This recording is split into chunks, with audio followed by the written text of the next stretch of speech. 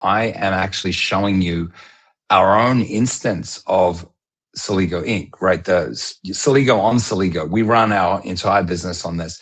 This happens to be for our professional services team. And I was doing a bit of prep for this and noticed a flow that has some errors in it. And I wanted to use Ora to help us out. This particular flow is dealing with synchronizing Jira tasks with Smartsheet. So Smartsheet's for project tracking. Jira is for individual task management. We use Smartsheet in our communication with our customers. So in this case, I don't know exactly what the flow is doing. That's less of the point here. But to be able to pick up queries coming from a Slack channel and process them. But on this very first step here, we see there's an error. And well, I'm not overly, I want to dig into the error itself here. We'll go down here.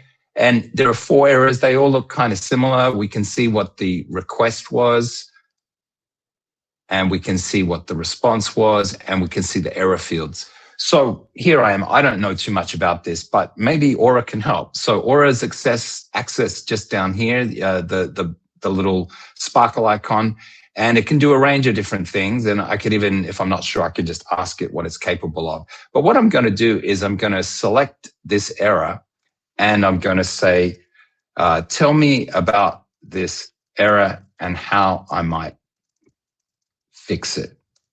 All right, and off it goes. Now, this is where I do a little tap dancing. However, I'm going to tell you a little bit of what's happening. First off, notice I was able to say this error. I didn't have to point at a given URL or anything like that. It's context aware. So if I was on a different screen, I could say, this export or this script, and it would know what I'm talking about. Next, you see, it's actually because, you think about what a human user would do when looking through an error. The first thing they're going to do is like, well, hang on, was this working before? Did it change recently? And maybe that's why it's broken. And you can see it's done historical analysis. It's found similar errors, but it also noticed that the flow had succeeded in the last 21 days. So it's not like it's been broken forever. And it's sort of then reasoned that, there's something going on. It's now looking to see, it's reaching out to the web to look at the documentation from Smartsheet to try to understand, because this particular 404 error is coming from Smartsheet. And now it's going through its rationale.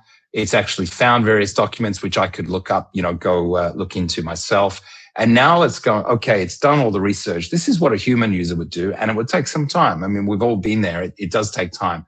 And now, that's actually quicker than when I was rehearsing this earlier. So it's come back with specific recommendations. It's thought about it for just over a minute.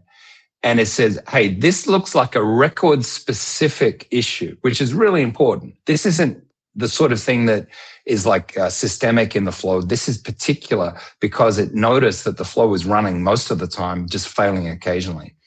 And then it says, well, what it typically means that in Smartsheet, okay, it means that either the Smartsheet that's being referenced doesn't exist, we don't have access to it or whatever.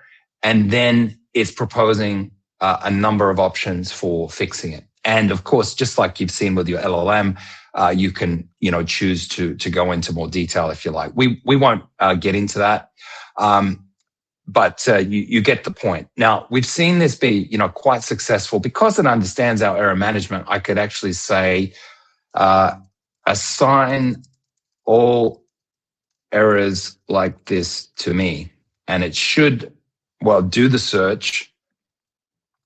It's thinking about it, and it should go ahead, and it noticed there are 4 errors.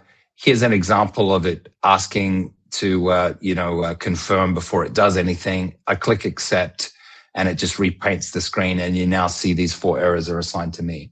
Now, it might be that in a different type of use case, maybe it's a bunch of errors coming from a system across multiple flows. It could even work across all those flows at the same time, right? So we have other options, of course, we could do with error management, but it's just an example of the power. This is very much the way humans go around resolving errors.